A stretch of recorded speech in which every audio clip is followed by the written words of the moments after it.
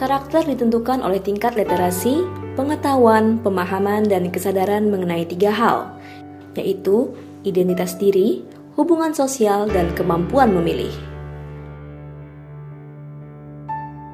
Indonesia berada di peringkat 64 dari 65 negara peserta PISA 2012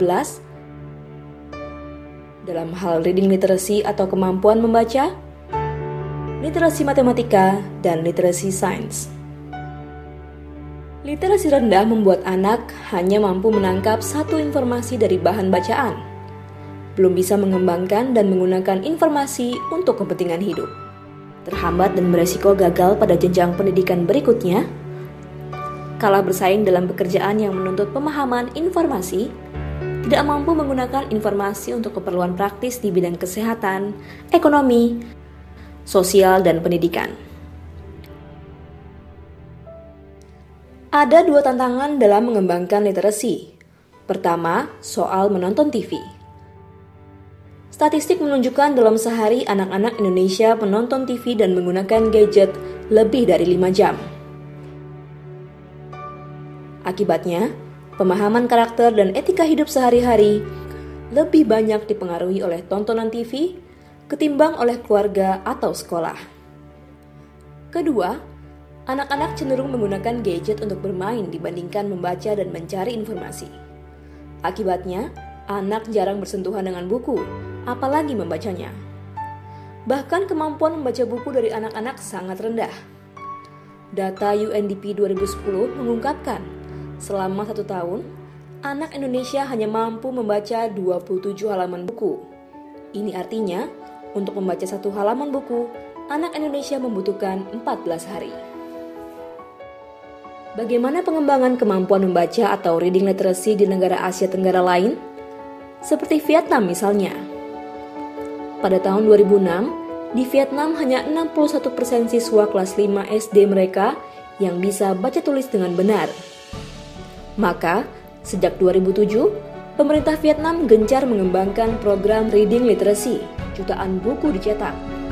Akibatnya, dalam 5 tahun, tingkat kemampuan membaca Vietnam meningkat. SDM negara itu jadi lebih terdidik. Banyak investor asing tertarik menanamkan modal ke Vietnam dibandingkan ke negara-negara ASEAN lainnya. Kini saatnya Indonesia revolusi mental. Untuk itulah muncul Aksi Baca Anak Indonesia 2015.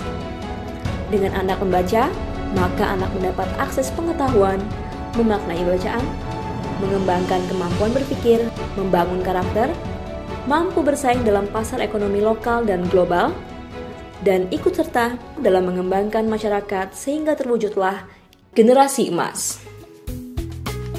Saya suka membaca. Saya suka membaca. Saya suka membaca. Aktivitas kampanye Aksi Baca Anak Indonesia 2015.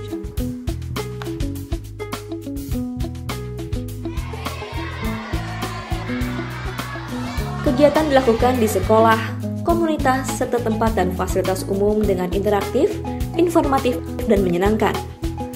Aktivitas kampanye bisa berupa duta baca, flash mob membaca, e-literacy dan smart browsing, read-a-thon, pamer baca fanpage, serta bentuk kegiatan seru lainnya dengan menggunakan bahan bacaan yang beragam.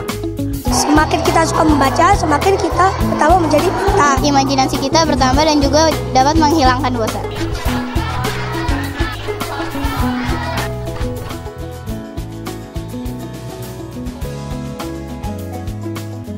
Puncak kegiatan akan diisi dengan kegiatan membaca bersama 3 juta anak Indonesia dari 7.500 sekolah dan komunitas di 34 provinsi untuk memecahkan rekor dunia Guinness World Records.